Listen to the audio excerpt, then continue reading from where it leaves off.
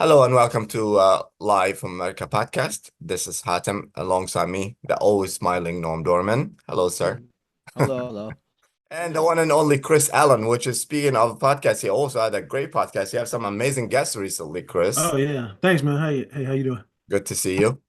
And our guest of honor, one of my favorite guests, always love to have her, Professor Rosa Brooks, a Georgetown law professor, the author most recently of Tangled Up in Blue and Policing the American City. Tangled Up in Blue, but Policing the American City, and the organizer of the Transition Integrity Project, a series of 2020 tabletop exercises focused on understanding risks of the 2020 presidential transition, which you might have to do again. Welcome to the Yeah, show. it's good to be here. Thanks for having me. Good to have you. It's been a while. It How's has been a while. Have you guys been? Excellent. So are Are you, you so are let's you talk in a about Trump basement? first. I'm sorry. Wait, are you in an actual cellar? Did they make you live in an actual cellar? Who, me or no? All of you. Are you guys like down in some subterranean basement someplace? No, I'm in the upstairs room of my house. I don't even know where Hatem lives. I live in Williamsburg. Uh, I live I'm in a not tunnel. What do you think I live? I live in Williamsburg. It With the might be Jews. safest to live in a tunnel. I'm not too far from you, Professor. Actually live in Charlottesville. Oh, If you okay. do, so Yeah. not too That's a far. great town. Nice town. Yeah. Where do you live, Professor?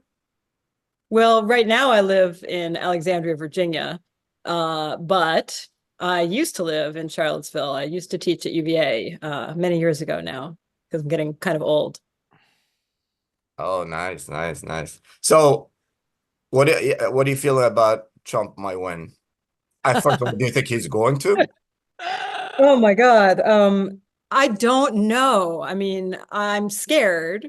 I think he absolutely might. I mean, I don't think it's inevitable, but I think it is completely possible that he just plain wins, and wins at least in the terms of our system, right? I doubt he's going to win the popular vote. That seems really, really unlikely. But in our messed up system, where it turns out that what people actually want and vote for doesn't really matter because we have the electoral college, he could absolutely win. Right now, I think it's a coin toss, and that's super, super scary. Now, why do you say the popular vote's so unlikely? He's never been this high up in the popular vote. I mean, he's actually leading in the popular vote polls. Ah, Wait, what I'm getting at no, is that because we've seen, people break their heads open on this. People say unlikely, but that's just a reflection of what you wish were unlikely. If no, you're you don't right. believe You're you don't right. believe the polls. If you don't believe the polls, we're talking You're right. religion now. I don't believe the polls. Yeah. I don't believe the polls, which is why I say, as far as I'm concerned, it's a coin toss. I mean, I don't have any special deep insight into it. But the polls have generally underestimated him. They've never overestimated him. You're making me feel really sad. Well, Could you and we say have to something? Could you try to say something different, like we have to better? talk about Like, the truth. oh God. Okay. Yeah. No, but in fact, I think you're right. I mean, I think actually it pays to err on the side of pessimism, frankly, because I think that if we don't err on the side of pessimism, we don't get serious about planning for what life under second Trump regime looks like. Mhm. And I think if we start planning that on January 20th, we're all in deep shit. So I think it's actually probably psychologically smart to be thinking to ourselves, let's say he's probably going to win. Mhm. What do we do? What do we do if he's probably going to win? Buy stock. Right? Right.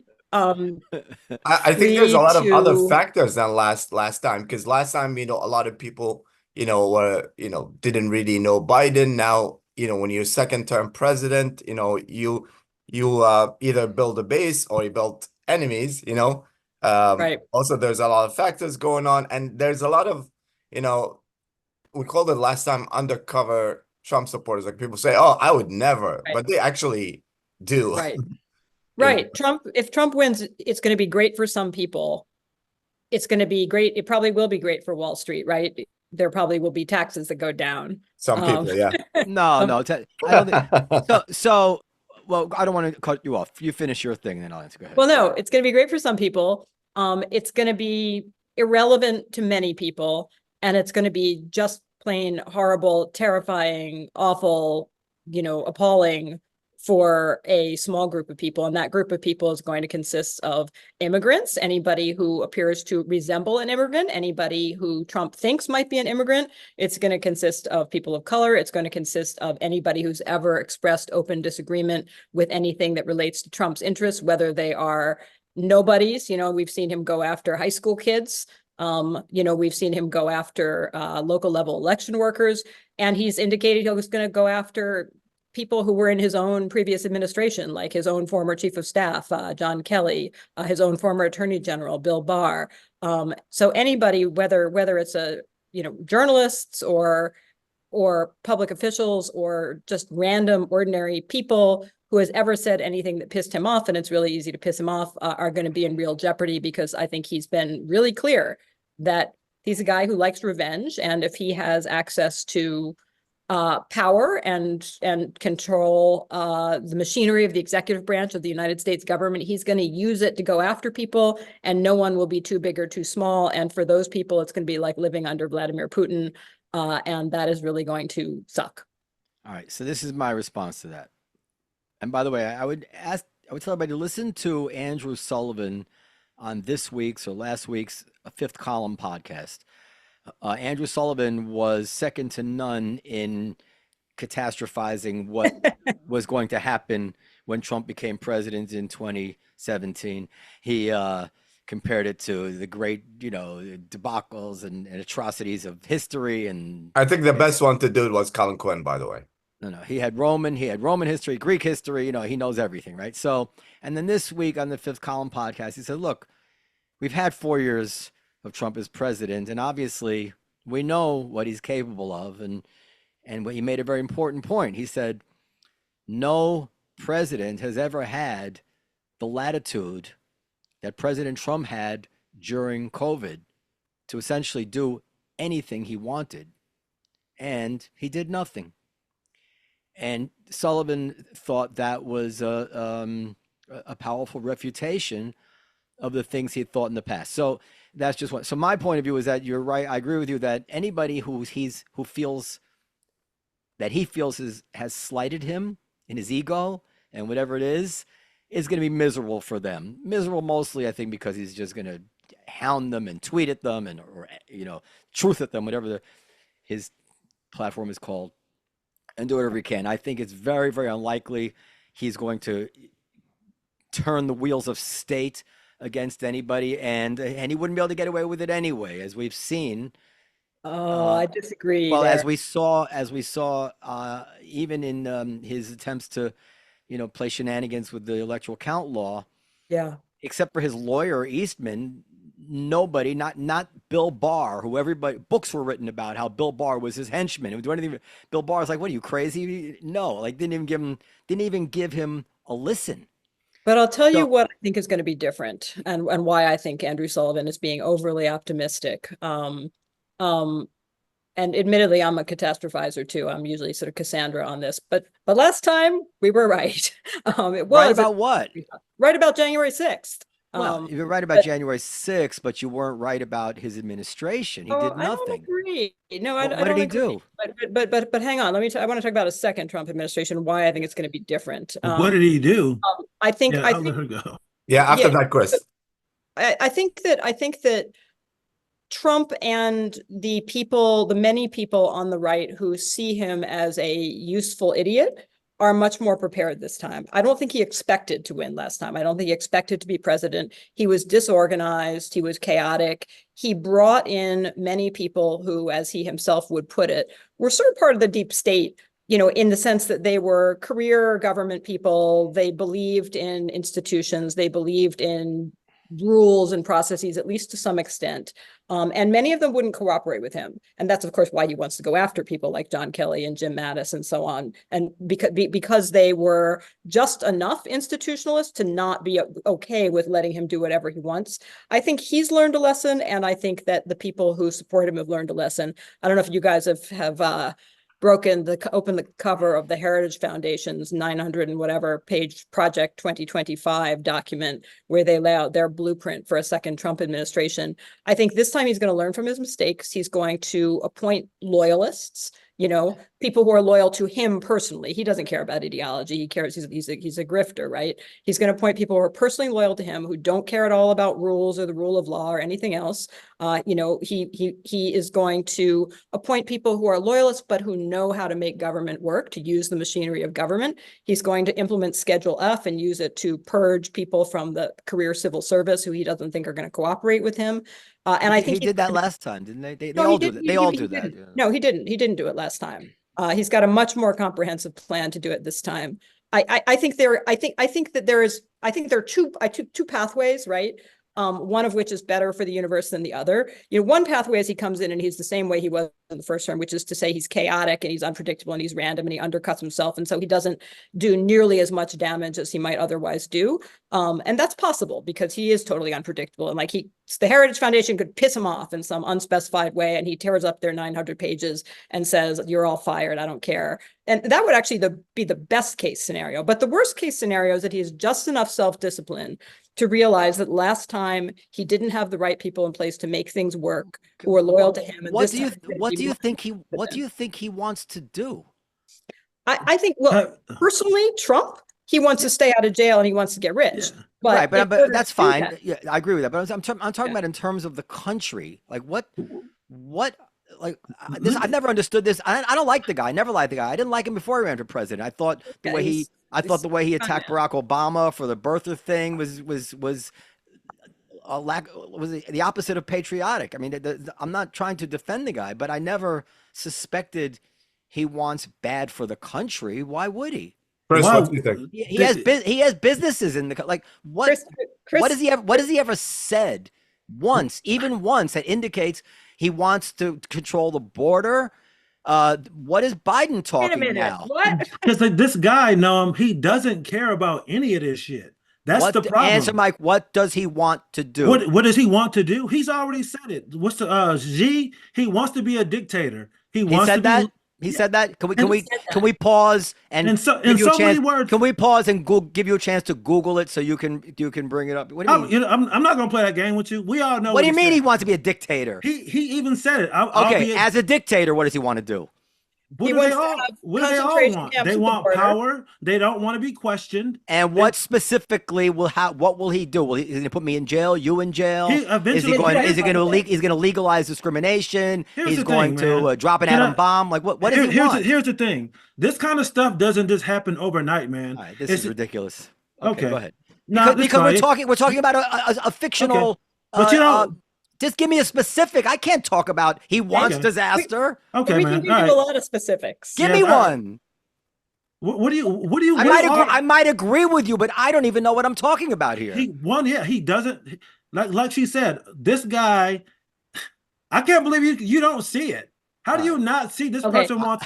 He wants all the power. He doesn't want to have. He wants no consequences. Okay. He wants to be able to do what he wants to do. Yes, of course. What does he want to do?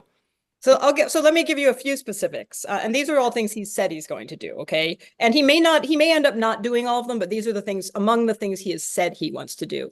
He has said, so number one, he said he's going to invoke the Insurrection Act on Inauguration Day and use it to suppress protests around the United States, which is to say he's going to use the US military to suppress protests around the United States. We're going to have troops in the streets, and some of them are not going to be behaving in a way that is respectful of free speech rights and civil liberties. He has said that he is going to also using the Insurrection Act, that he's going to use the US military to close the border, to round up all undocumented immigrants. He says he's going to create camps. He's going to put them all in camps. He's going to put millions of, this is what he says. This is not me. This is not me being paranoid. This is just stuff he said he's going to do. I actually think he can't do this because it just logistically unworkable at the scale he wants, but he said he's going to use military power to round up undocumented immigrants wherever they may be and put them in camps and then deport them. I think that's going to mean in practice, although he doesn't have the logistical ability to do that at scale, it's going to mean a real campaign of terror in communities with a lot of immigrants. He has said that he's going to purge about 50,000 people from the career civil service, which he didn't have the power to do previously, but he's going to do this time because he's going to implement Schedule F. He has said that he is going to invade Mexico. He's asked for plans on that. He said he's going to use U.S. military power in Mexico. He's asked for war plans on shooting missiles into Mexico to suppress the cartels. The Mexican president wasn't particularly thrilled about this. He has said that he's going to tell Russia that they can, quote, do whatever they want with regard to Ukraine, with regard to any NATO allies who, in his view, are not paying their dues and not paying their way. He's made it very clear that he could care less about who Russia invades next. He's happy to give back the parts of Ukraine, Crimea, Donbass that Russia already controls. He said, these are all things he said. He said that he is going to go after people like Mark Milley, the former chairman of the Joint Chiefs of Staff, for treason, because he felt Milley was not sufficiently supportive of him in his claims that he actually won the last election. He said that he is going to go after Bill Barr. He said he's going to go after, I mean, I could keep going. These are just things he said he's going to do. And I think you're right. He's not going to be able to do all of them, right? This is like a big dictator agenda. And it turns out that like stuff takes more time and there's always a little bit more opposition and more chaos and so on. So he's not going to be able to do all of that. He's certainly not going to be able to do all of that all at once, but he is absolutely, that is what he is planning to do. And he is going to be able to do some of that. We've seen it already. We have seen the way he will sic vigilantes on people who piss him off. There are going to be people who are in physical danger. He's going to encourage extremist violent activity. We've seen that he's done this already, right? I mean, that none of that is going to be new. It's going to be redoubled. And if he has control of institutions and agencies such as the IRS and the Justice Department and has managed to install real loyalists in them, then you, me, and everybody we've ever met who's ever said anything critical, we're going to find ourselves getting audited. We're going to find ourselves getting harassed. We're going to be at the target. He can't do that. He can't do that. Yes, sure he can. Sure he can. What do you mean? He can't order audits. That would be illegal. Sure. He would get. But the thing is, that's illegal. When you install, when you install loyalists, that's the problem. What do you mean it's illegal? No, he can't. He can't.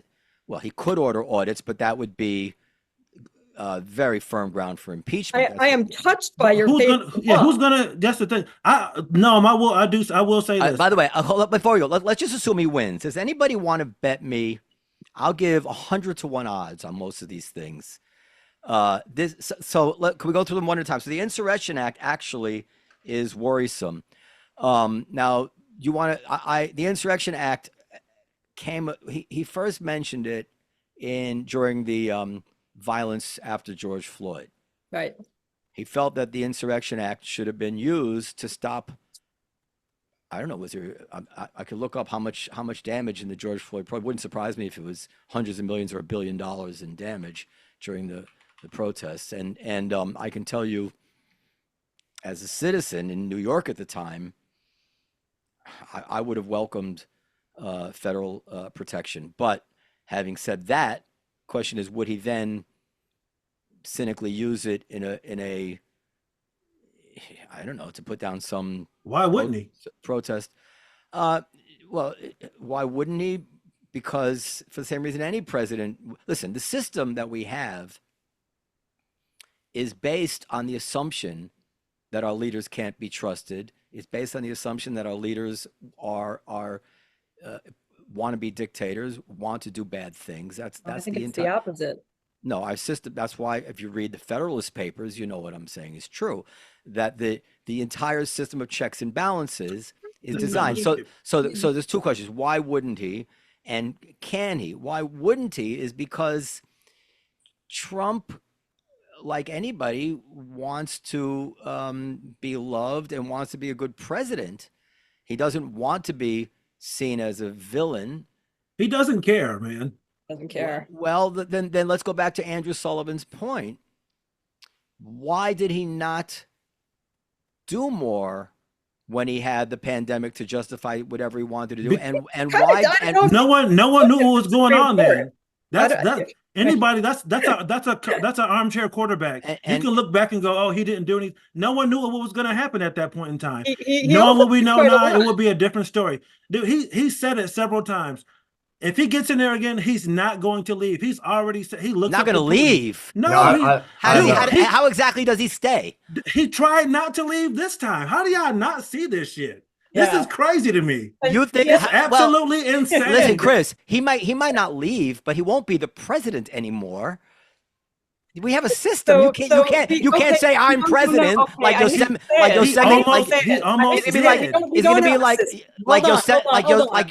Yosemite Sam in a Bugs Bunny or like Scarface. You can't just be the president. You're living in a fantasy land. I hate to say it. I've been part of. You really are. Right. There is no system. The system is people.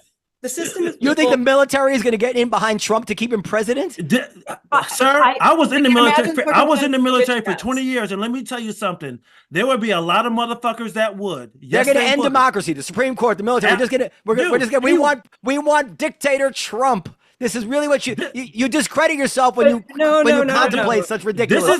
Hold on. This is how silly Republicans are. Yes, Republicans and a million Democrats would agree with me. Okay.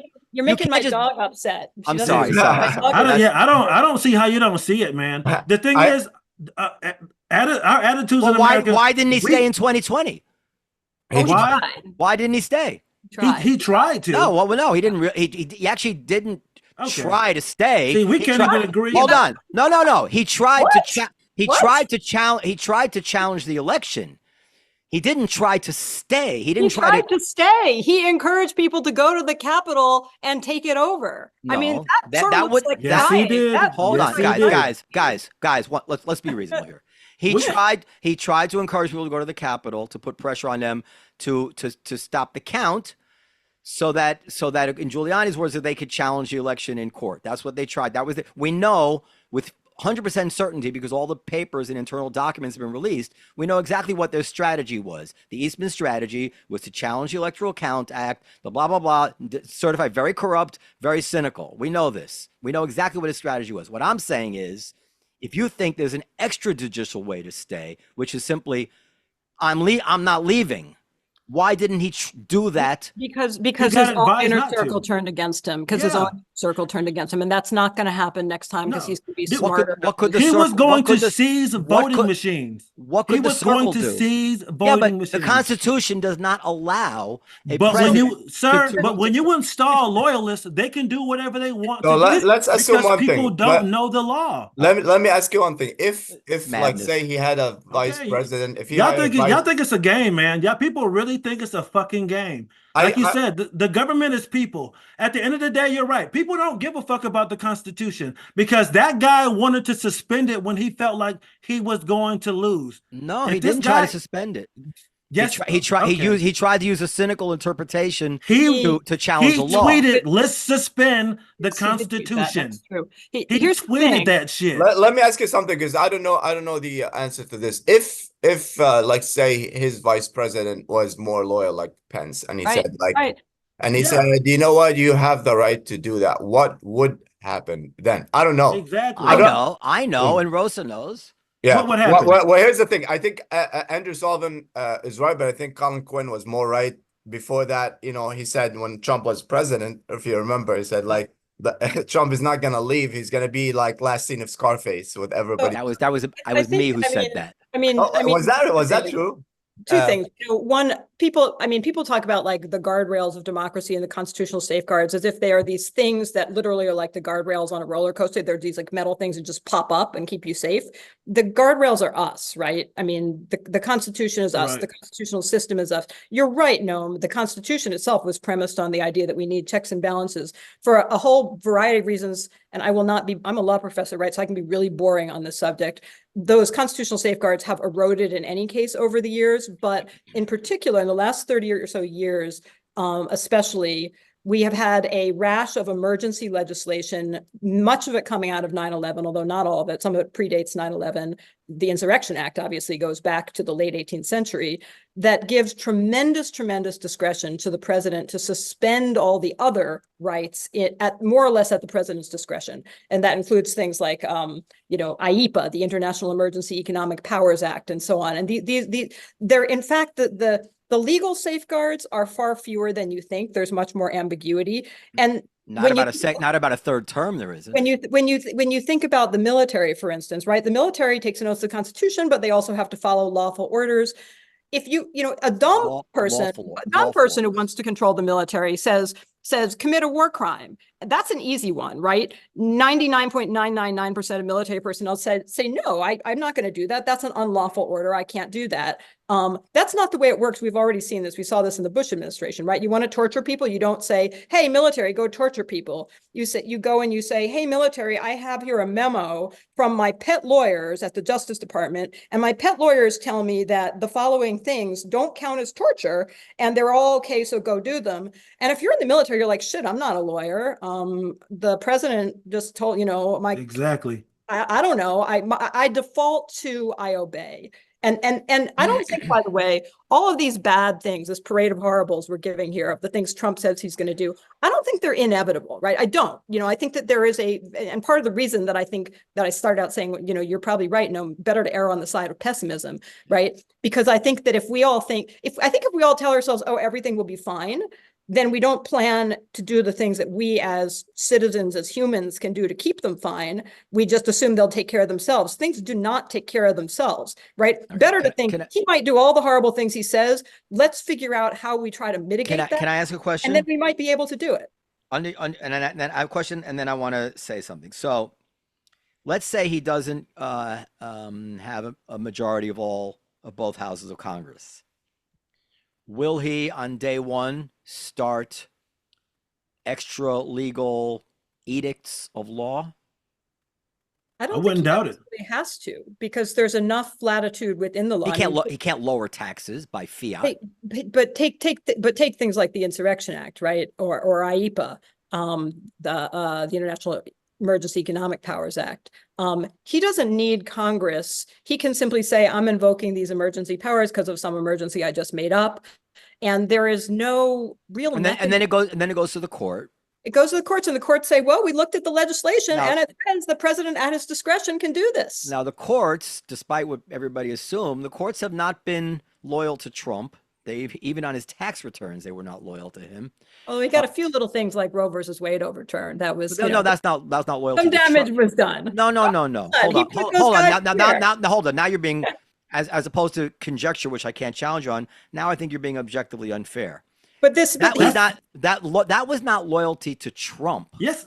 That's still a party. I'm not saying it's loyalty to Trump. I'm saying, but you asked earlier, what did he actually do? What damage did he do? I said he put in ultra conservative judges who. I did not. That's not what I said. That's not what I said, and not what I asked. I said the court has not been personally loyal to Trump on issues of. I said what I said. You can't. Everybody can. No, I agree with that. I don't think they're personally. They are conservative justices, yes. And conservative justices have, as well as many liberal justices, have thought Roe versus. I went to law school too. The idea that Roe versus Wade was a difficult decision. Nobody liked Roe versus Wade. Nobody liked Roe versus Wade. Yeah.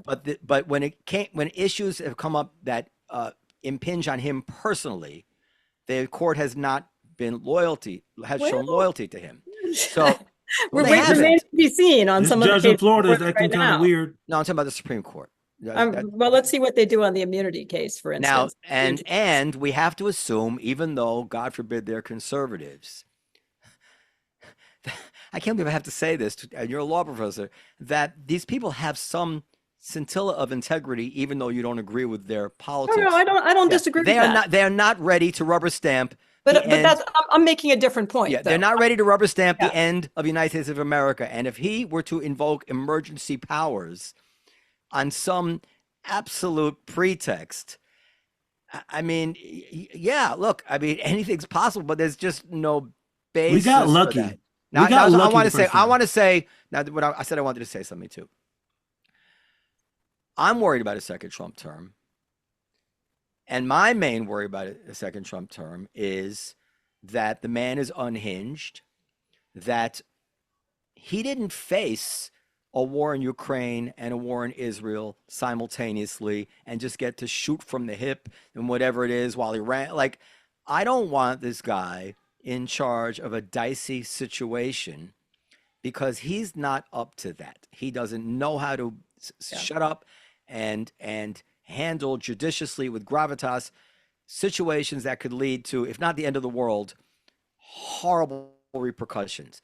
To me, that is the risk of Trump. I am pretty sure that if you were to give the man sodium pentothal, you would find that his intentions for the citizens of the United States are good. And even where we might think he was cruel or went too far vis-a-vis immigration, as we know, a lot of the Democrats have buckled, including Joe Biden, and are basically moving much closer to the policies and even language that Trump had used than Trump would have to now have to move the other way, and including the mayor of New York.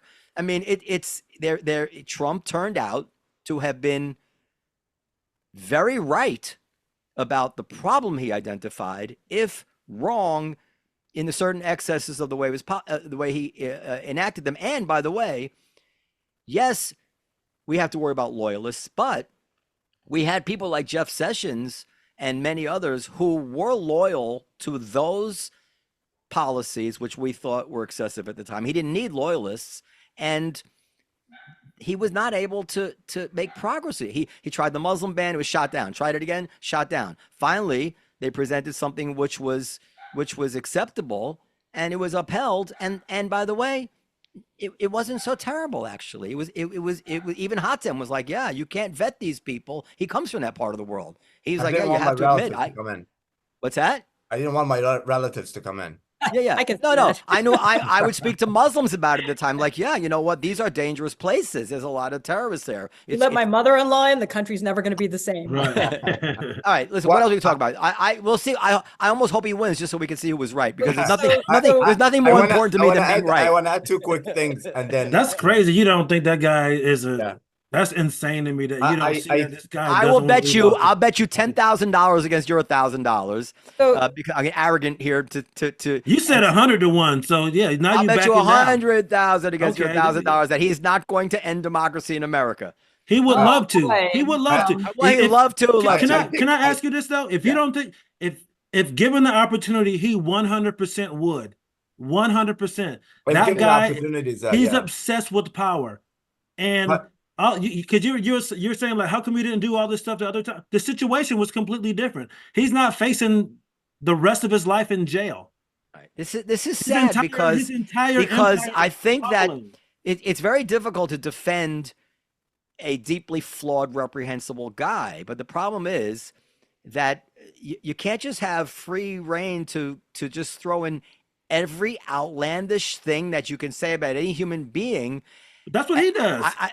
Maybe that's what he does. So you want to do the same thing? No, I'm just saying you're defending the guy who does that exact thing. I picture a piece of, those like nice, what are they, Venn diagrams?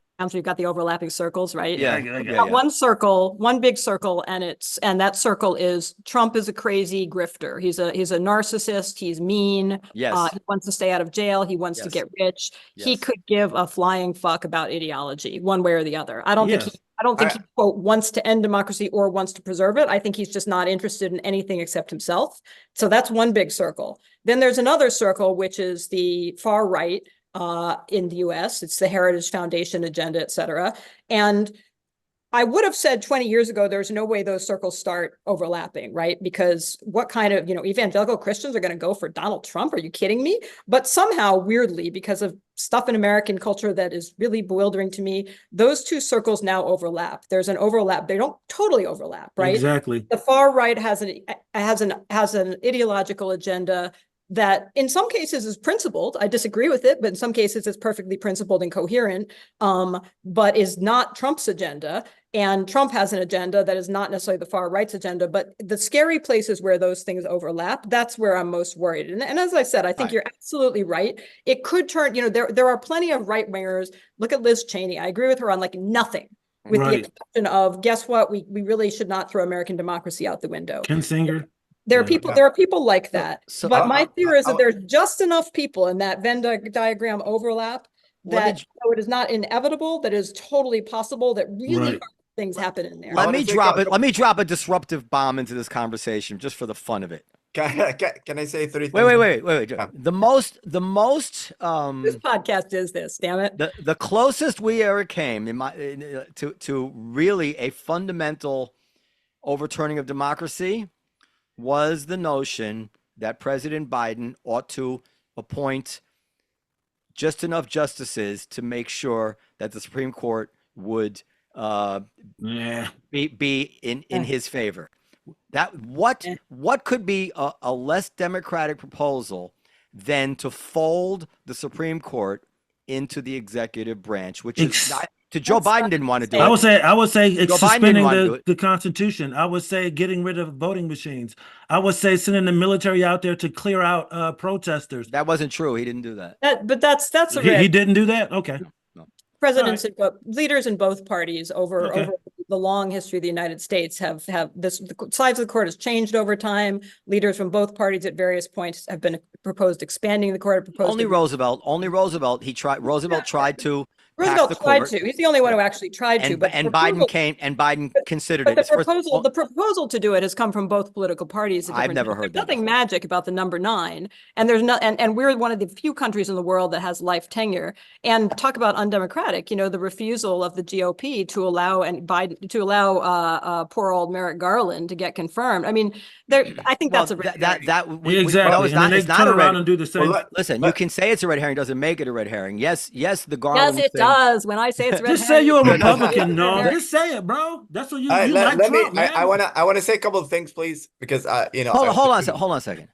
You don't know me. I'm slightly kidding, man. Listen. I don't give a shit about what party somebody is. I could not care less. The left told me for years that Trump was a Russian spy. We heard stories that leaders of foreign countries were reluctant to discuss national security issues with him because they were reading the American papers and thought that he was actually in league with Putin. So I am very sensitive as a patriot to the fact that this cure can be more damaging than the disease. Anything that's true is true. But the fact that there could be so many things which turned out not to be true, and then people will say, well, so what if we got all that wrong? I'm still going to maintain with showing no signs of saying, well, you know what? We did get caught up in a kind of panic the last time. And my God, can you look at the things we believed? The right does it all the time, man. But all right, that is not, you know what? I'm going to give you a favor for the rest of your life. That is not an argument that the right does it too. It is a way, when you make that argument to the person that you're saying it to, I say, he's got no answer, so he's got to change the subject. No, but the thing is, said the right doesn't do it. The thing is, you said the same thing. You go, well, both people do that. That's what everybody that wants to defend Trump and the right, they always say, well, both sides do it. Just say you're wrong. All right. Let me say some words of wisdom here, since I'm the only one. You have none. All right. Well, first, I think Trump being president, I see the biggest fear is the example he's going to give. Now, any leader that at any level that's going to run is going to try to be as harsh, use words like this, which even if they don't believe it, I don't think Trump is racist, but I think he is catering to people that believe in it. And that's going to be a big problem. So anybody that's going to run is going to be in that. So the leaders, so that's the first one. The second one, I do think that Trump wants to make the American people very happy. You know, but his definition of American people, who are their people, whoever loves them, you know, it doesn't matter if you're at the light. And the last thing is, like, I think the left have a lot of, issues that feeding into Trump. Because and we said in this podcast a lot, when they attack Trump with stuff like the Russian, Hulk, or he cannot read, or he does that, they're only doing a favor, because anybody with common sense, if you want to attack Trump, you have to attack him the correct way, Which is how it doesn't matter how you attack him. They don't care what he does. It doesn't matter. You cannot just keep saying stuff over. Not you. I'm saying in general. I know, not me, but I'm saying that the media, example, when the media keeps saying stuff that's not true. Such as what? Huh? Such as what? Like he's a Russian spy. Do you know if he is or not? This man got on television before he was even elected. I tell you why I know he's not. Can I say he gets on TV and he says, Russia, if you're listening, hack her emails. Who the fuck says that shit? What person running for office? I held a TSSCI clearance for 15 years. That is a red flag. Who says that? Yes, but I know they were also building a back channel to the Kremlin since day one. Yeah, but I know. Listen, you don't know if know. this man is not an asset or I know not. he's You not. don't You know know. why I know? You know why I know he's not a Russian spy? Because I trust, our men and women in the FBI and the CIA. All this is not just gonna happen. It's not gonna happen. And you guys complain too much. You want Saddam Hussein a couple of days and see what you're complaining about? You want a real president to run this country? I send you one. I always thought my take on is Donald Trump a Russian spy was that it seemed unlikely just because Putin is not an idiot and Trump is too crazy and chaotic and self-interested and narcissistic to be a very effective spy. That being said, although I always thought that conspiracy theory was probably wrong, I don't think it makes a difference, right? Because if you're a foreign leader, it doesn't matter whether Trump is a spy for Putin or whether Trump is just such a narcissistic idiot he's going to leak everything. It doesn't matter. The damage he can do is the same. No. Okay, let me say it. First of all, one last thing. I know he's not a spy because he never said, "I'm the best spy ever." That's true. I could say he could be an asset. He totally would have. Is he a spy? No, I don't think he's an actual spy, but I definitely feel he could be an asset. Dude, when you have right-wing personalities going over there to talk to Putin, acting like he's a good guy, it's not a good thing, man. It's not a good thing. I do think, and then Noam have something to say. I do think that if we just stop saying everything crazy about Trump and just focus on the truth and just let him be. He doesn't operate in the truth, man. He does not operate in the truth. No, I'm saying if the media stop with even if you everything, try that, it doesn't matter. Trust me, if you let him be, he's gonna fuck up enough. The best time that Trump has the best rating when he didn't say anything. You wanted to say. No, I think, and this is actually why I think our best hope, if there's a second Trump administration, all the really scary things that I've outlined that he said he's going to do. As I said, one possibility is that he is just self-disciplined enough to appoint loyalists who are competent and they manage to do these things. But Trump being unpredictable and narcissistic and crazy, there is an equally large possibility that he doesn't do any of that because he gets distracted or he gets pissed off at his loyalists or whatever, or somebody offers him $1 billion to do something else and he gets excited about that. I mean, he is his own worst enemy, and therefore, in that sense, the best hope for the country is that he just is too crazy and distracted. He decides he's going to go eat cheeseburgers and watch TV instead of bombing some other country or whatever. That could happen, right? I mean, that's the thing. I mean, going back, Noam, to your comment earlier about the Constitution was premised on the idea that we need checks and balances because we can't trust any one branch to get it right. Of course that's true, but on the other hand, when you look at all the emergency legislation we have, it sort of presumes a president who's acting in good faith. It presumes a president who's not on a whim, to protect himself or keep himself out of jail or make himself richer or whatever, is not going to invoke emergency powers, et cetera. And up until now, even with every president, including the ones I really didn't like, I'm a Democrat. I didn't like George W. Bush. I thought he was horrible. But I basically trusted that he was not going to invoke those for personal benefit. Exactly. Right? Okay. And now he's just so unpredictable. Exactly. So that's why I say a few things. First of all, I found myself by total coincidence, not because I have any political connection, but because we have the same doctor, at a dinner with Michael Cohen, Trump's, closest lawyer. Trump's lawyer, not just lawyer, but the bag man is what he was. And I questioned him very carefully and aggressively on this Russian connection. And if there was a Russian connection, somehow Michael Cohen did not know about it. Number one. Number two, he told me absolutely not. Number two, we know that everybody, and this is very good reason to not want Trump as president, everybody who worked for him says you should never let that man be president again. Kelly, McMaster, Pence, Barr. I mean, this is very good objective evidence that that he should not be president again. And these people are not crazy leftists. No, they would. No, exactly. no. Can you tell the story? Let me finish. But no one likes those people anymore. Yeah. It's not a well. You can undercut my point. I think I'm making a point you want to jump that's what on. I'm saying. But what the reasons that they don't want him president to be president again, I think ought to be very instructive because they know him in a way that's not conjecture. And they feel that basically the things that I'm saying, that he's transactional, that he's erratic. Bolton thinks he might pull out of NATO, but they hate him. They don't think he was a Russian spy. They don't think he's got dementia. And Bolton did an interview recently. I've been trying to find a way, so I can't find it, where he said essentially, no, the American system is not going to allow him to become a dictator. It's just the damage that he can do. Now, and I want to say one of the things, you just every time these stories go around, and so I looked up this quote where Trump said he wants to be a dictator. And just for a day, don't worry. Yeah, well, that's right. He said, so there was the former president said, asked him, do you want to be a dictator? He says, just for one day.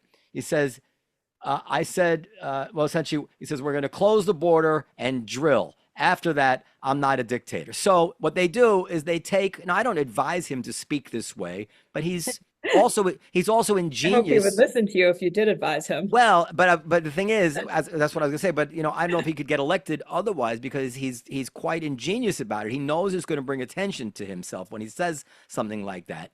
But to acknowledge that, he said, no, I'm not going to be a dictator. Just one day, I'm going to make sure we close the border and drill for oil. And then to leave that out and to present the ominous picture of Trump says he wants to be a dictator, this is where, when people actually find out the full context of the facts, they say, well, fuck, everything they tell me could be as equally, over the top. I think you're being a little too kind to him there, right? Exactly. No, I'm not being kind to him. I'm being critical of you guys. No, this is a lie. When has he ever told the truth? When has he told the truth? Why are you believing this guy? This is the man who said repeatedly, both before the 2020 presidential election and afterwards, when asked things like, do you respect the American tradition of a peaceful transfer of power, was like, no, He wouldn't say. He says, depends how it turns out. Depends on the election. Exactly. And I mean, my point is that he has, it's not just the one throwaway comment, will you be, I mean, I don't think that somebody saying whether will I be a dictator that's not what I go on, right? I think it's repeated conduct and repeated statements. Absolutely, but I didn't bring up the dictator comment. Somebody here did. I was like, he said he wanted to be a dictator, because I hadn't heard that. He does. Right. He says what he means, man. He said, well, I believe what he says. If he said what he means he wants to close the border and dig for oil. Nah. He didn't say what he means then. You're saying he doesn't say what he means. I'm saying he said all kinds of crazy. He said it. He said it. One last thing before because I want to switch to another topic. Can we talk about Israel, something we all agree on? Yeah, I got no opinion on that. I don't think so, but no, can you tell this? It's a joke. Are you a comedian or not? Oh, yeah. I don't want to piss either one of y'all off. I have no opinion on it. No, because Israel and Gaza is a really hilarious subject. Hold on. No, can you tell us the funny story again about when you had a dinner with Michael Cohen about fireworks? Wait, what? Because this is exactly Trump. I don't remember the story exactly, but I probably have to go to the table when I told it, when it was fresh in my mind. But essentially, Trump never expected he was going to win. He never expected he was going to win. And they really made no preparations to be president. And so the night that it turned out he wins, Trump got wind of the fact that Hillary had bought a few $100,000 worth of fireworks for the celebration party. And Trump says, I wish I could imitate it, because he says, Michael, go over there and offer them 10 grand. He says, offer them 10 grand for the fireworks. That got nothing to do with them. They got to get, just to fuck with them. That's hilarious. That's what. Yeah. So that's his, that's, it is hilarious. I'll tell you what I wish. I wish some billionaire would just say to Trump, Donald, I will give you $5 billion. You got to drop out of the race and go, live on some island somewhere, and you're not allowed to have internet access. I think he would do it. No, he wouldn't do it. Can I ask you guys this question? What does he want more, money or attention? Oh, I actually think that's an interesting question, actually, because I think that explains a lot about him. Trump wants to live it up. Trump lives his life, and this is an admirable quality in a way. Trump lives his life. We know who he's voting for. Well, no. Trump has been living his life to have a new and fun experience there. He bought casinos. He does this. He buys on it. He went back sports teams, and in his 70s he wants to be president. He loves money, but you could not buy him to go stay in his home. I'll give you $5 billion. Well, no, okay. We're going to let him have parties. He can have as many parties as he wants. Trump is driven by his ego. Listen, look at the guy's 3-hour speeches. It's a bit, you could say, you can make whatever snide remarks you want about me, but if you can't see your enemy in 3 dimensions, you're going to get everything wrong. I agree with you. The guy has terrible qualities, but that guy gets up there and speaks for 3 hours at a time off the top, off from the cuff. Could you do that? Doesn't necessarily make a lot of sense. When I could too.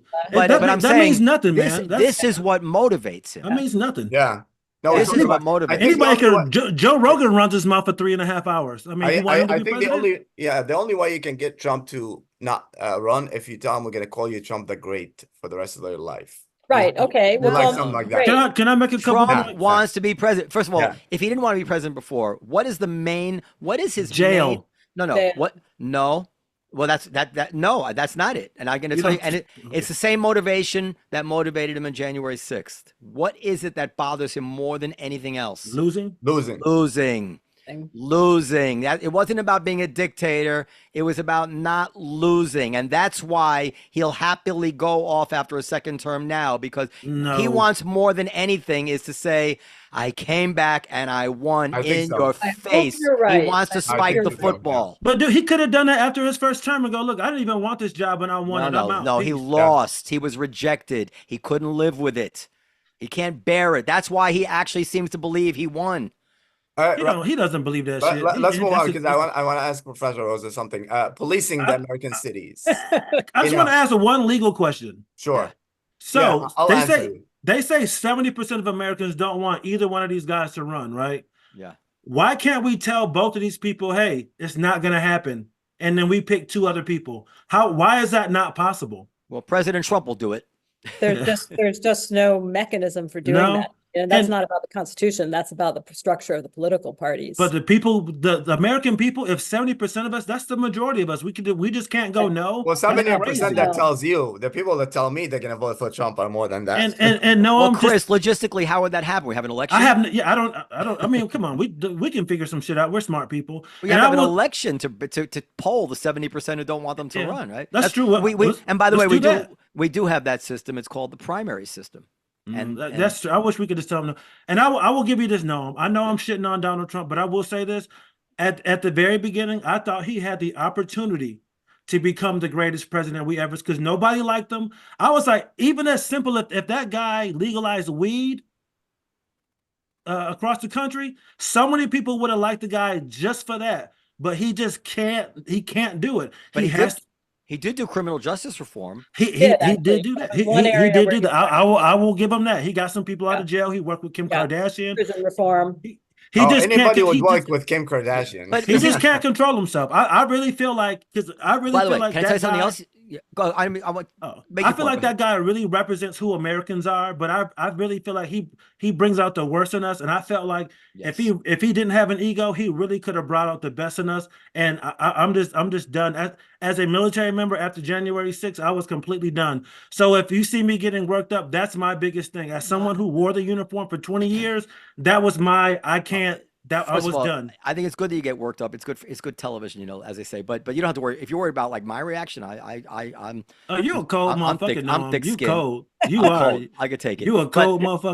You guys do this all the time. You guys do this every week. This is comics. I want to say that I've read some of those Woodward books on Trump White House, and they're quite interesting. Did you know that Trump wanted, and you can look this up in Bob Woodward.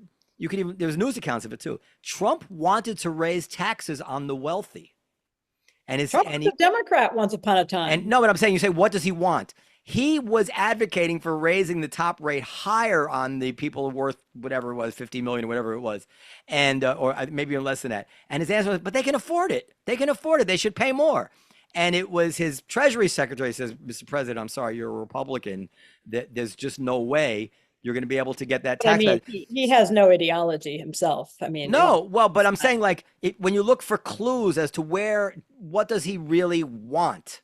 This is a powerful clue as far as I'm concerned. He's like, I think we should raise taxes on the wealthy. He wasn't doing it for political reasons. Like, I think they can afford it. What he thinks at 2:00 and what he thinks at 3:00 and what he thinks at 4:00. Exactly. I can't. I can't stop you from, you can say that about anything, but I'm just saying it was the reports from the White House didn't say there weren't reports in the White House of him saying, let's take everybody's property away. This is not a man who's famous for his consistency on his political No, position. yes, he is. Yeah, look at the abortion stuff. No. Hold on. This is a man who is actually much more consistent. No one's 100% consistent than Joe Biden. Joe Biden, basically every issue, including abortion, he's been on both sides. We know, what does Trump stand for? Tariffs. Trump's been on both sides. Tariffs, controlling the border, trade policy against China, against these kind of isolationist. You can go back 30 years. He has some positions on which he's been consistent. He's got other positions on which, in the same 3-hour speech, he contradicts himself. Well, those ones don't matter to him. But anyway, I think now, what position has Joe Biden been consistent on? I feel like falling down. To change the subject, but did you want to change the subject? Yeah, I do want to change the subject. But just to say, I think it's very important. And I think this is something we did in this podcast a lot. Is like when we criticize Trump, we want to make sure it's legit. It's something that makes sense. So people that listen, they understand the danger of it, But we're gonna, like, if we do like the media, we'll just accuse of everything. People are going to be see through the lies and be like, no, I'm not talking about anybody here, obviously, because we all don't want him to be. But all right. So the next one that I want to talk about is policing American cities. So I have two questions for you. One was the parent Michigan shooter parents that got jailed.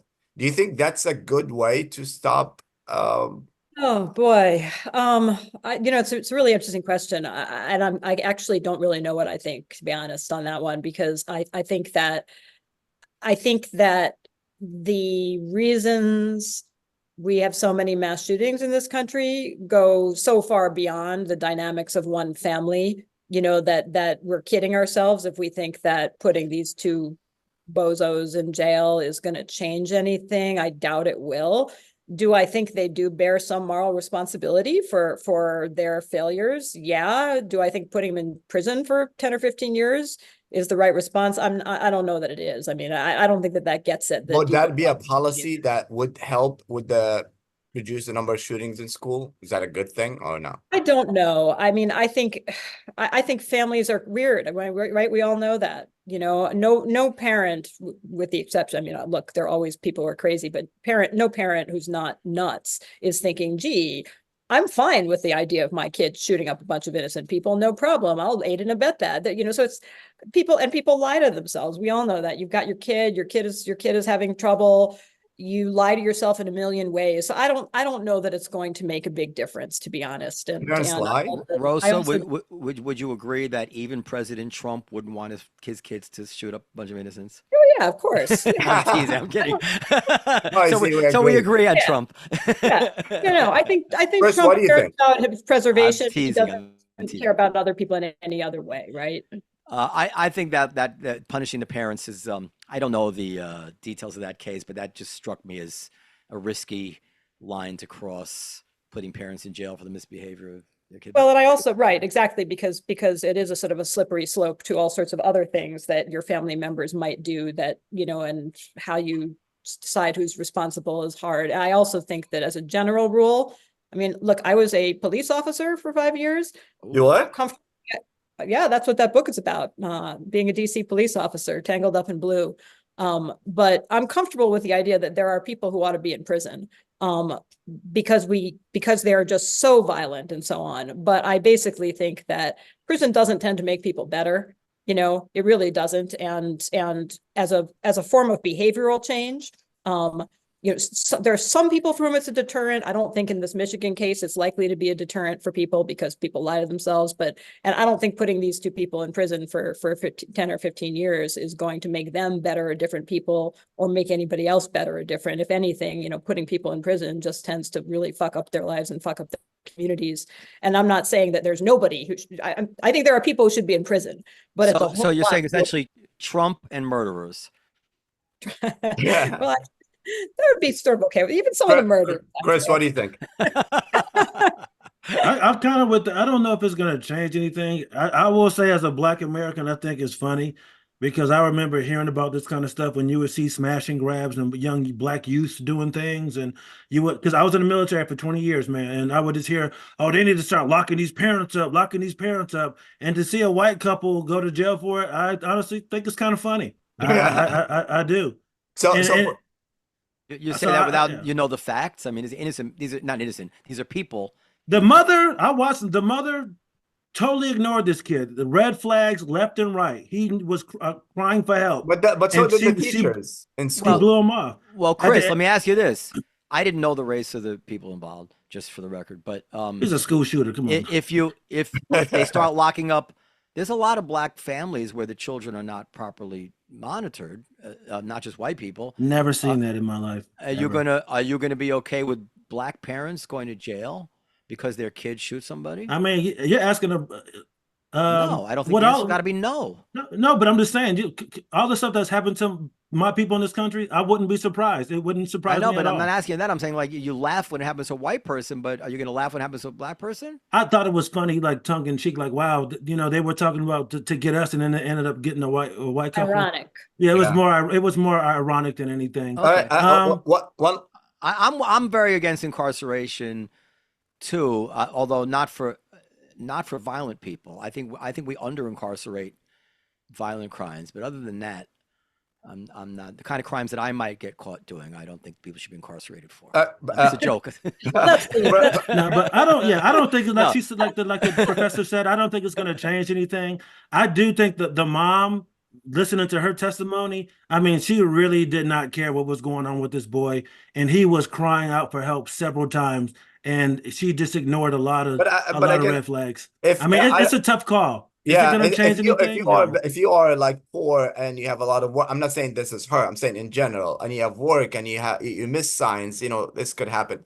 Professor, if you were to police New York, now we have Eric Adams, who's a cop. I was very optimistic when a cop become a mayor, but then, so how do you police New York with all the changes that are happening now, with all more immigrants coming in, more, crime, the subway, all this shit? Like, how would you? I mean, it is hard, and there's no one sentence answer to that, obviously. I don't know that the answer is, I'm sure the answer is not arresting more people and putting more people in jail. We've tried that. We've seen how it works. And the answer is, it hurts communities. It doesn't actually make much difference in terms of serious crime. But I do think, I mean, the answer is unglamorous and boring, right? And hard, because the answer is that you invest much more heavily in other kinds of social services, alternative kinds of first response, in mental health care and housing and education, in regular health care. You invest, there's all this research on stuff that seems kind of weird, but is like literally like the more green space you have in a neighborhood, the crime rates go down in that neighborhood. If you have a vacant lot, an abandoned house, and you let it be an abandoned house and it falls to pieces, or it's a vacant lot and it's crappy, you get more crime than if you take that same, you knock down that abandoned house and you make a little pocket park causation. I don't know, but crime goes down in that neighborhood. Right? Wow, is that why they do that? Yeah, I mean, so we actually know some stuff that does reduce crime, right?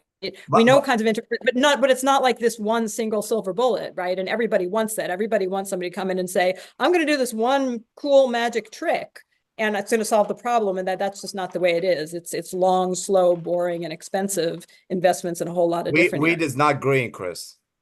So, but I tell you one thing. But it's growing. It's green. Yeah, to bring it back to Trump, when the police officer was shot and killed, and Trump went to his family and left the fundraiser, whatever, even if that was a move or whatever, I think that touched so many people. Where's Biden? Look, Hatem. That's political, man. Yeah, but he really cares about police and no, he doesn't. What's does that? he? January 6th, does he really care about police? Can I say something? Stop. Just to say, I don't know about how incarceration, but I just want to say, I just looked it up. New York City murder rate went from a peak of 2,262 in 1 year down to 289. Lower than it's been at many points in history. It dropped by a factor of 90%. So again, like, we have to be careful. All relative. With significant social cost. And I, years ago, had already had enough of stop and frisk. I was against it. When I saw the facts that came out during the Bloomberg administration, I wasn't afraid to acknowledge the social cost. There was a quote where Bloomberg talked about locking up kids smoking pot, like a really heartless quote. I remember where he talked about locking up kids smoking pot because this was a way to catch them at other things.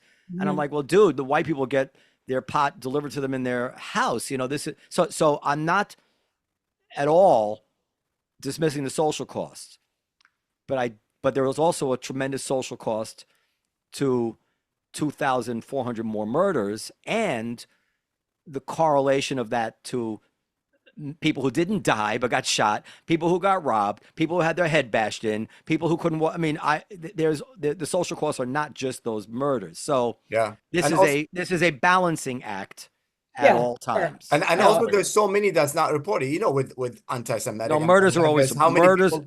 murders are always reported. We know how many people are murdered. No, I'm not talking about murders. I'm talking about crime that's not reported, you know, harassment, a lot of things. Like it just being safe, the feeling Yeah, of sexual being assaults, yeah, all that kind of No, stuff. and I do think I'll tell you one thing that I do think has been a failure of the left. I think that in certain pockets on the left, I don't want to overgeneralize because this is obviously not everybody, but in certain pockets of the left, you talk about crime and people treat you like crime is just this made up fiction that the far right made up as an excuse to put Black people in jail.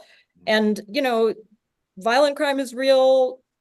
You know, it's real and it's devastating to communities, and it's particularly devastating to communities that are poor communities and communities of color. And I think if the left doesn't take that seriously, I mean, incarceration is also devastating. You know, mass incarceration is also devastating to those same communities. But yeah, we need to take both sides of that seriously. That the solution we've come up with is devastating, but doing nothing is also devastating. Well, we had a bartender who was slashed on the train last week. Really? That sucks, man. And I'm telling you, his face, and I was filled with such anger when I saw his wounds. You know, and of course I analogize it to reactions of Israelis on October 7th, Palestinians. Like just I was experiencing this kind of rage of seeing what had happened to a totally innocent, tiny guy, smaller than me, just a totally innocent person. And at minimum, I'd like to understand why there's not a video camera in every train station, train car. It's not expensive. You're talking about millions of dollars investment, not even hundreds of millions of dollars. I understand we don't want a surveillance state, but shit, there should be a camera in every car. Why are people getting slashed on the train and we don't even have a way to ID them? I'm surprised that there aren't cameras in subway cars. Actually, I didn't know that. Well, no, there are not. I thought there were. No, there are not. In the stations, though, right? In the stations. But it happens. Holy there should shit. be no. By the way, I feel the same way about prisons, where you hear people still being raped in prison. I'm like, why the fuck are there any places that anybody can go in a prison where they can get raped and there's no way to monitor? Because I mean, when I hear about these prison there's no rapes, way to monitor it. I think that's more negligence on the part of some prison. I mean, there should be cameras. Are basically like they're. When we were kids, they were expensive. It was high tech. You can buy a camera for $8, right? Like that. And to me, if you have enough people raped in prison, you can reach me with the argument that all prison is cruel and unusual punishment. You can't send somebody to prison with a high expectation that they're going to get abused and say this is okay. That's you know, like I become like uber civil libertarian at that point, because any friend of mine could go to prison and get raped for some, like, this is crazy. We can stop that. And we can monitor the subways. There's something unserious going on about certain issues I don't understand. Just in case anybody is worried about poor old Donald Trump ending up in prison, by the way, I can reassure you all, for better or for worse, that he's not going to end up in a prison. He would be a former president of the Secret Service detail. He would be like under house arrest at Mar-a-Lago or something. He'd be just fine. So don't feel sad about poor Donald ending up getting raped. It's not going to happen. Yeah. So what do we do about this? I mean, you said you don't want a surveillance state, but what do we do? No, I think I'm saying we don't want a surveillance state, but if we have a fucking camera at every traffic light to raise money, I think we have to have a certain we ought to have cameras on the subways and a certain protocol. Of course, they're going to get hacked at some time. Something's going to get leaked. I understand it's not perfect, but that the police have an ability to review crimes. I just Yeah, don't. I agree with you. Do you guys think that with I don't all want the cheating things husbands going to get on caught. with the You with got the to scrub war, that. Yeah. that just affect people in a way that become more violence with everything's going on in the world and stuff like that? That does that make them, or they just people have violence in them and it just like And I think there have virtually never been societies in which there is zero violence. I mean, there will always be people who are mentally disturbed. There will always be, but societies can have policies that have a pretty powerful impact on how prevalent that violence is and what kinds of public spaces we invest in keeping safe and how we treat people. So there absolutely are things we can do. We have seen communities that have been able to dramatically reduce violent crime, but as I said, it's not as simple as just, oh well, you just do this one thing. You get the cameras, you have more cops, or you have more but arrests. the subway system, why can't we secure it? One of the things that we absolutely could do in the subway system, that does seem to make a difference in the cities where it's been tried, is you could actually have non-police, essentially monitors as well. You also need armed police. I actually do not buy the argument that we don't need cops to have weapons, et cetera. I think sometimes we absolutely do, but there is a lot of evidence that suggests that even having people literally wearing kind of the bright red T-shirt that says subway monitor, just having a presence of authorities who are keeping an eye on things, whose job it is not to just get on the train and go home, but whose job it is to kind of be there, looking around, saying hello to people. And if they see something that's problematic, who know that it's their job to intervene if it's safe to do so, or call the armed police if they think something is brewing and a situation that's not safe could arise. And that's actually cheaper than having cops, and I think creates less problems than having more cops. But so it's, it's not, again, there is sadly, right, there is nothing that is just like, this is the one magic thing that fixes stuff. What But we about actually know a lot about a lot of different little things that put together make a significant difference. I have one magical solution I think you all will agree with. What if Trump becomes the mayor of New York? Oh my God. Nothing. Actually, people have suggested that he might have been a good mayor. He did build the rink. But at least as a mayor, he couldn't take over the country. But Giuliani did the impossible. Giuliani did as a mayor. Has any That figure guy. ever Yeah. traveled further in reputation from high to low Rudy in a single Giuliani. lifetime than Rudy Giuliani? O.J. Simpson, maybe. He just passed Maybe away. Yeah, good. He just died. Yeah. Just Yeah. died, right. No, but you're right. I think it has to be Rudy Giuliani, because that guy went from being America's hero to an absolute nutbag. Punchline. It's sad to see. It's truly sad to see when he had to die. Oh yeah. I was like, what happened to this man? It's so sad to see. Did you see the Borat movie? Oh yeah. Oh God. I mean, that was horrible. It's sad. Speaking of OJ, I recently rewatched the Naked Gun movies. OJ's pretty good in those. Yeah, he killed. I recommend them to you all. Yeah. In that deep dive documentary, that multi-part documentary was on ESPN about the OJ thing. I forget what it's called. Yeah, OJ was a really sympathetic, compelling personality. Yeah. Yep. I think the best and kind of brilliant. I think he has dyslexia.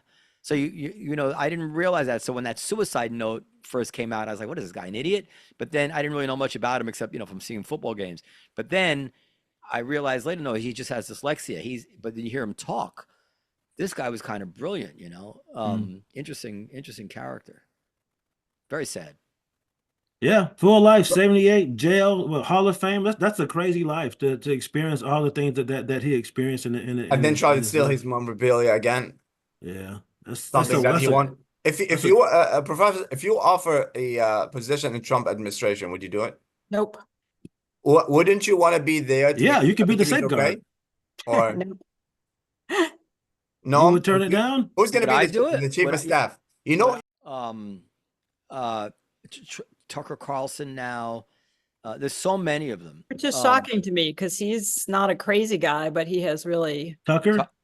Oh, he's crazy. He has really become. I mean, he didn't used to be a crazy guy. And no, it's shocking to me how many people have kind of fallen down some. I always thought he was crazy. What's wrong with you people? Well, years ago when he was a writer for the Weekly Standard, he was not crazy, but he was not crazy. I used to go on his show a lot years ago when he was on MSNBC. And I actually liked going on his show because unlike people on Fox like Bill O'Reilly, who would just bluster and scream at you and be bullies. If you said to Tucker Carlson, no, Tucker, that's not true, because he kind of go, okay, all right, that's fair, and he would listen.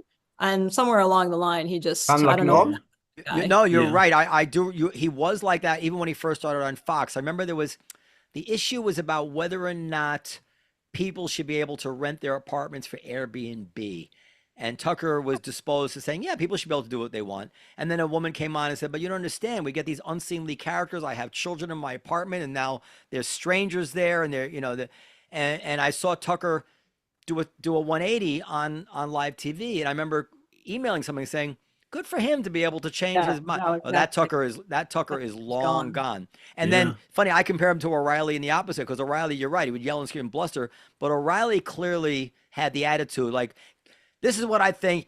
Go get me the smartest person who disagrees with me. I want to yell at them, and I have some sympathy for that. But he would have George Will and David Corn, and like O'Reilly had a whole cast of first-class advocates that he would bring on to yell at, but he wanted a debate. Tucker Carlson has not had a legitimate, or didn't have a legitimate debate on anything that he had done for many years, many years. Yeah. But this is also, a bigger topic for another time, but I completely agree with you, Noam, that the sort of social media disinformation, rise of conspiracy theories, everybody's in their own bubble is, and it's true on the left too, is really one of the worst and scariest things that has happened in the last 20 years or so, because then how do you have any kind of conversation? If you're talking to, like, I was not a big Hillary Clinton fan, but like, no, she actually was not running a child sex trafficking ring in the back of a pizza place in DC. Like, she really No? Right.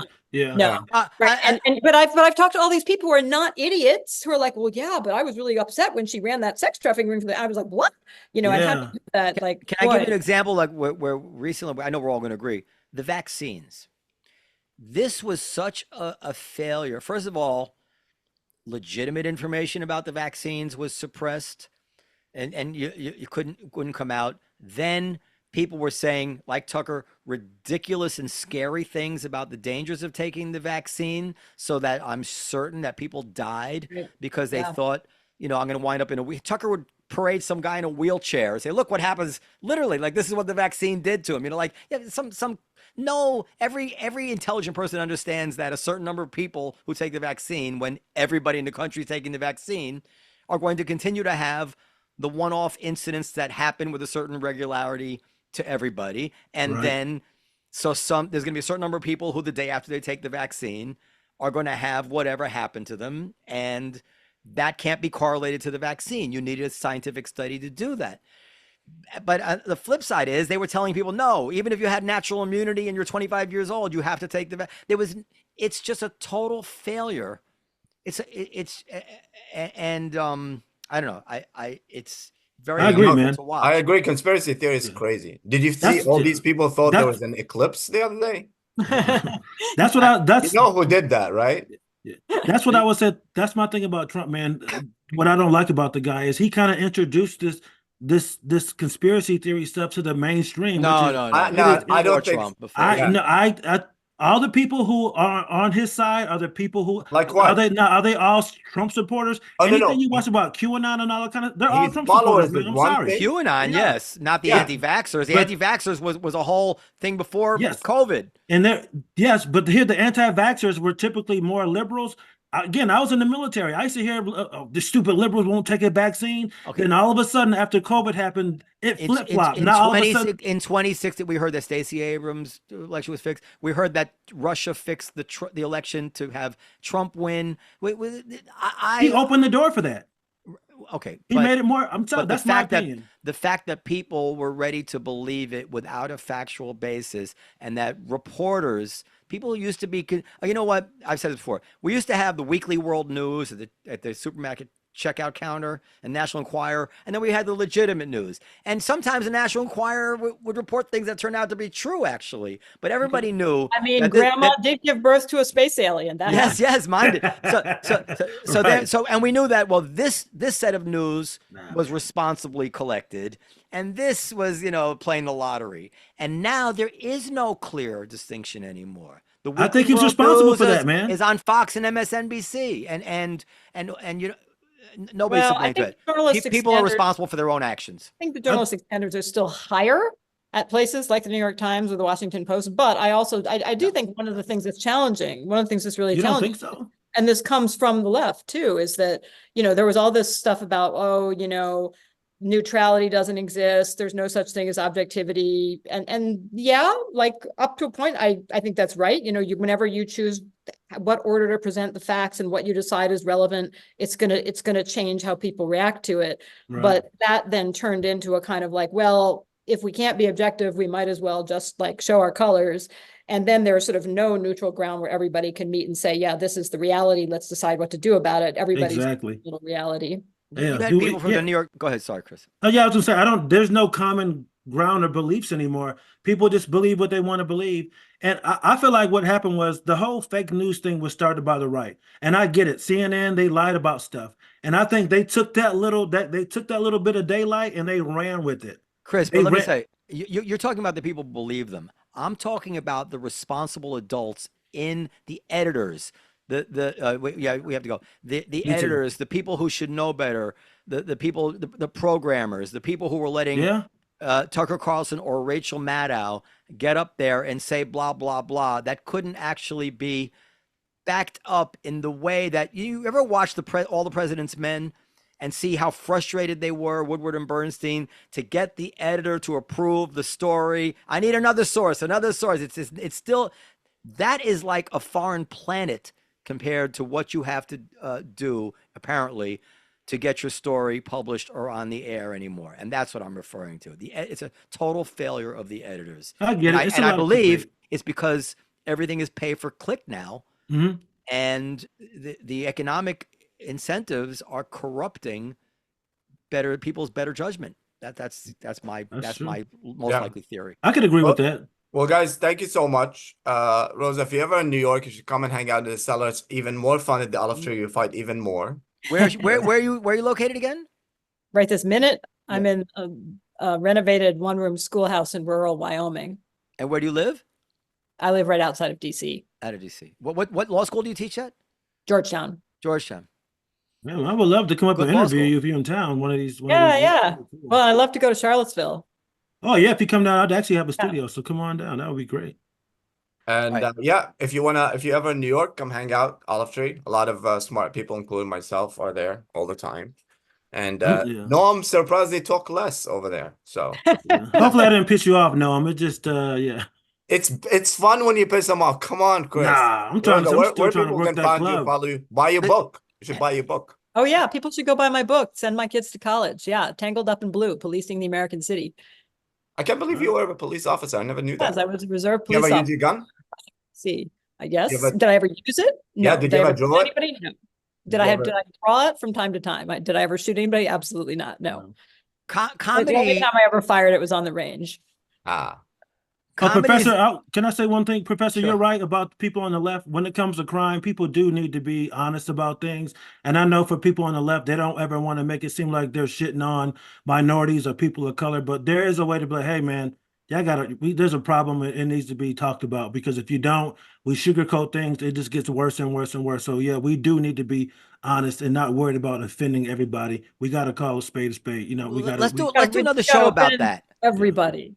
Let's do another show about that, because it's such a painful issue and such a deep psychological issue, because as everybody knows, the people of color are the most sensitive to it and also the biggest victims of it. Who's getting murdered? Black people. Of those 2,600, it's black people getting murdered, and black people also paying the social cost.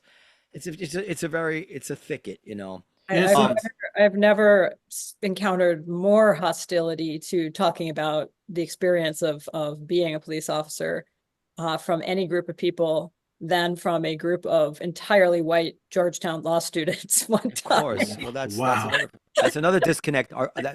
This is, and this is at the root of some of the reason that Trump might win. It's at the root of some of the reason that Hispanics, especially Hispanics, are turning towards the Republican Party. They're sick of being talked down to by these dumb white liberal. No, you should be called Latinx from now on. My wife's Puerto Rican. If you even whisper Latinx in front of her, she turns red in the face. She's so offended by that.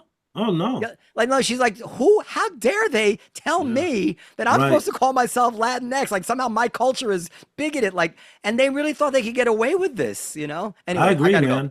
But you were saying comedy something. Oh, comedy is the only culture where people are used to yelling and screaming at each other and calling each other names, this is and then just hanging out afterwards. And but I mean, I do think that certainly on the left, the ability to laugh at ourselves has gotten lost, and that's a pretty vital skill. The ability to make fun of yourself and not take yourselves too seriously.